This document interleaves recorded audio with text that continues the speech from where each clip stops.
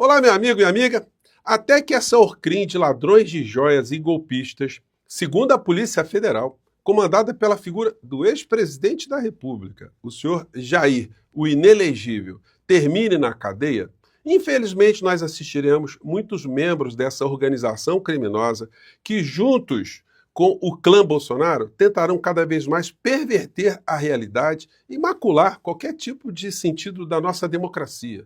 Para eles, nós vivemos numa ditadura permanente. E tem gente que acredita nisso. Agora, que entidades, que lideranças de entidades, como a Ordem dos Advogados do Brasil, presidente do Conselho Federal da OAB, caia nessa história, aí está indo longe demais. Eu vou comentar com vocês o que está acontecendo, porque existe uma contaminação antijurídica, anticivilizatória, antidemocrática, que está atingindo instituições muito importantes que sempre lutaram pela democracia aqui no nosso país. De repente, o presidente da OAB, ele virou uma espécie de despachante dos advogados do mundo cão. Vou conversar aqui com vocês, lamentavelmente a gente tem que falar desses assuntos, mas vamos falar aqui também da mendicância política, porque o bolsonarismo ele se converteu num grande conjunto de mendigos morais, que ficam o tempo todo ali mendigando uma coisa aqui, tentando uma ilusão por acolá, rastejando para governantes de fora do nosso país, amedrontando parcelas do povo brasileiro com seus comportamentos. Mas nada como a gente ter esse nosso espaço aqui para jogarmos luzes sobre esses episódios todos. Vou falar com vocês sobre isso, mas antes de mais nada, é sempre muito importante convidar você, que ainda não conhecia o nosso portal, ainda não é inscrito, para que se inscreva aqui conosco e venha se somar aqui ao nosso trabalho, à nossa luta, à nossa batalha diária contra isso tudo aqui que eu comentei com vocês na abertura do nosso papo de agora. Conheça também os nossos outros vídeos, se você gostar, compartilhe, recomende, nunca se esqueça de dar o seu joinha, seu comentário e, se puder, prestigie também nosso clube de membros. Você aqui é muito bem-vindo e muito bem-vindo. Bom, vamos começar primeiro com algumas coisas que estão acontecendo fora do nosso país, porque elas estão na pauta do planeta, né? Dólar dispara mais de 3% e vai a R$ 5,81 após China retalhar tarifaço de Trump. E Bovespa despenca. Então, gente, nós estamos vivendo os reflexos de comportamentos que o presidente americano, o Trump, está fazendo em relação a uma sociedade que está fraturada, uma economia que está decadente, um povo que está absolutamente rachado, um povo que está se digladiando, e um povo que ainda não percebeu que está sendo roubado há muito tempo. Cada vez mais os bilionários, trilionários norte-americanos estão concentrando cada vez mais poder e dinheiro, e as classes médias, as classes baixas nos Estados Unidos estão ficando cada vez mais endividadas, mais adoecidas, mais estressadas, estão se matando, estão matando os outros, estão se armando, estão tomando remédios, enfim, a coisa está muito complicada por lá. Então, nós podemos estar presenciando agora um colapso de uma nação como ninguém nunca imaginou. Então, os reflexos ainda estão muito longe de acontecer, de estarem próximo do que a gente poderia imaginar. E olha só uma situação, Tesla está em colapso e pode ser que não se recupere. Vendas e preços de ações da montadora despencam ainda mais. Então o senhor Elon Musk, se bem que é uma pessoa que não tem a cabeça muito certa, né? Ele conseguiu fazer muitos lobbies, conseguiu se projetar para ganhar muito dinheiro, né? Obviamente sem nenhum tipo de preocupação com seres humanos, não é isso que motiva pessoas como o senhor Elon Musk, e agora ele pode tomar um baque muito grande. Para especialistas, desempenho não é apenas reflexo da concorrência cada vez maior da empresa chinesa BYD, mas também do papel controverso de Elon Musk no governo Trump. Pois bem, todo mundo está percebendo que ele é um cara de extrema-direita, enfim, ressuscitando uma série de ideias nazi-fascistas. Vamos lembrar que ele é filhote da África do Sul. E como um filhote da África do Sul, branco na África do Sul, ele nunca demonstrou nenhum tipo de apego a qualquer tipo de política igualitária, reparatória. O que ele já fez pelo país de onde ele nasceu? Absolutamente nada, né? Então, isso nos dá conta de como essa criatura lidou a vida dele com um drama tão complexo como foi o apartheid na África do Sul e como ele virou as costas para o seu país de nascença. E aí a gente chega nessa situação aqui. Gente, quando as reuniões que Bolsonaro andou fazendo aí, que serviram como materialização da estruturação de golpe no nosso país, vieram à tona, uma das coisas que chamou a atenção da comunidade jurídica foi o fato dele ter mencionado que tinha a OAB com ele, o presidente da OAB, que é o atual presidente da OAB.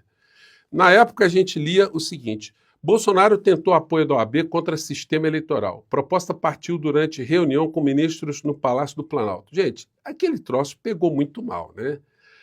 abre aspas para ele. Acredito que essa proposta de cada um dessa comissão de transparência eleitoral botar algo escrito e pedir à OAB, que vai dar credibilidade para a gente, a Polícia Federal, e dizer em uma nota conjunta que até o presente momento, dadas as condições de se definir lisura nas eleições, são impossíveis de atingir.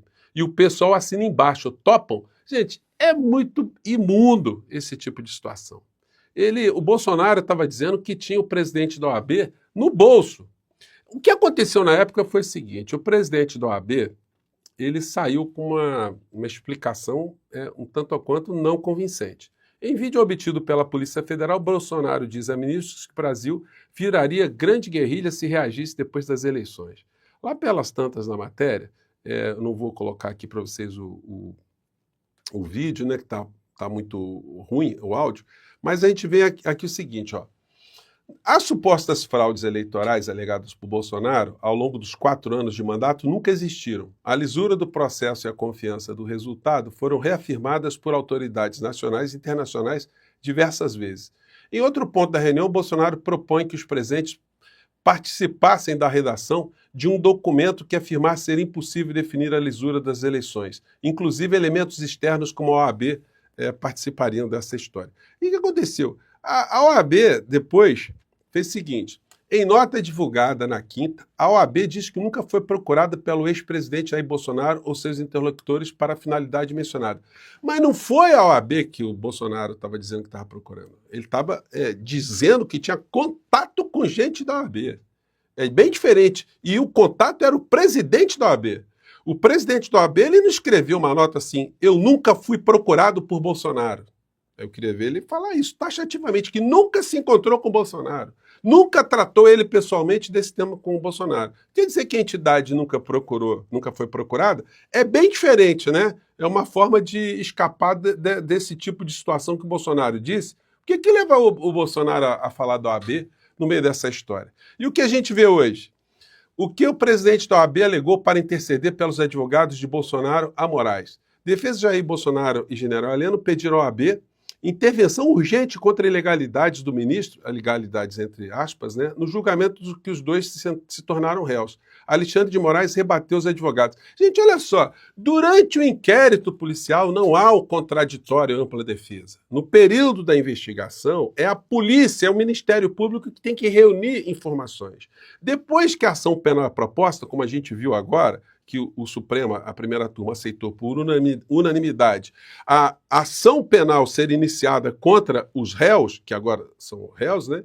Agora sim a defesa vai ter acesso a tudo aquilo que poderia existir ou existiu, todas as informações que puder reunir para a defesa dos seus clientes. Então, essa advocacia de se dizer que, olha, não tivemos acesso a todas as informações, mas não era para ter mesmo, na época da investigação. Vocês imaginem, a Polícia Federal, o Ministério Público está tentando desbaratar, por exemplo, uma grande quadrilha de traficantes, e os advogados dos traficantes, olha, não estou tendo acesso às informações. Eu quero saber o que vocês grampearam aí, qual foi o conteúdo da delação de um dos criminosos que foram apanhados. Gente, não faz sentido. Então, o que o presidente da OAB, será que ele não sabe disso? Ele não sabe a diferença entre uma ação penal e a fase de inquérito? Então, o que acontece? Ele está se prestando aí a fazer marola contra esses argumentos absurdos que as defesas de Bolsonaro e da Orcrim estão levantando. E levantando porque não é momento jurídico de se abrir o contraditório e ampla defesa, porque isso está garantido na nossa Constituição. Mas o contraditório e a ampla defesa, vamos frisar novamente, é a partir da proposição da ação penal. Então, gente, lamentável esse comportamento do presidente da OAB, que acaba justificando porque o Bolsonaro dizia que tinha alguém da OAB no bolso do seu colete, né? Infelizmente, a gente tem que falar isso, né? Se eu estiver sendo injusto, que é a OAB aí que se explique melhor, né? Enfim, é o que nós estamos vendo aqui. Os mendigos morais e jurídicos continuam com essa história aqui. O Bolsonaro publicou isso aqui hoje. Eu queria comentar com vocês aqui um trecho aqui do Bananinha, né? Que tem coisas aqui muito curiosas. Vamos pegar aqui um trecho. Vamos lá. Um pouquinho esse prazo. O Alexandre de Moraes negou esse pedido corriqueiro. Então, toda essa lawfare contra o Bolsonaro, todo esse ativismo judicial... Ele está comparando o que está se passando aqui no Brasil contra essa horquim de criminosos de variados delitos com o que aconteceu nos Estados Unidos com Donald Trump, como se isso fosse um bom exemplo, né? Vamos seguir aqui. O Trump entende muito bem. Você não precisa brifar ele sobre isso, não. Você só fala o seguinte, Trump, ou quando eu dou entrevista aqui nos canais de comunicação dos Estados Unidos, eu falo o seguinte, sabem o Trump? Esse discurso aqui é o discurso do baba-ovo, do traidor, do vassalo, do puxa-saco, do tapete, né, do capacho, né, para limpar os pés, que Dudu Bananinha, esse mendigo moral e político, está fazendo. Bajulando o Trump, tentando a atenção de Donald Trump para fazer uma intervenção no nosso sistema, ferindo a nossa soberania e nossa democracia. No Brasil, tem o Trump dos tropos, que é o Jair Bolsonaro. Sabe a lawfare que o Trump enfrentou? No Brasil, o Bolsonaro enfrenta. Sabe o Aí ele vai fazendo comparações, né? Então, o Trump enfrentou um negócio nos Estados Unidos, Bolsonaro enfrentando no Brasil. Tiro na cabeça que tentaram dar nele? Então, no Brasil, o Jair Bolsonaro tomou uma facada. Então, é muito fácil de você fazer essas análises. Isso... Só faltou você dizer uma coisa, né? Sabe Donald Trump que ficou muito rico com dinheiro no setor privado? Pois bem, o Bolsonaro é um pé rapado, um reles ladrão de joias, alguém que se locupletou a vida toda de dinheiro público, bem diferente de Donald Trump, né? Poderia ter feito aí esse pequeno reparo, né? Mas nós fazemos aqui porque essa gente, eles não têm limites. E aí seguiu-se, né, mais insanidades na entrevista que ele deu logo mais cedo para Auriverde. Que permitirá ao presidente Trump fazer uma ordem executiva para sancionar o Alexandre de Moraes. Gente, olha só esse mendigo moral, esse mendigo político, esse mendigo social, né? O que esse cara falou? E bajulando Donald Trump para ver se faz uma sanção contra um ministro da Suprema Corte do nosso país. O que ele está querendo? Que o ministro Alexandre de Moraes diz, olha, foi mal, hein? Vou mandar arquivar tudo, tá? Esqueçam tudo aí, tá? Tô morrendo de medo, eu não quero perder meu cartão de crédito, não.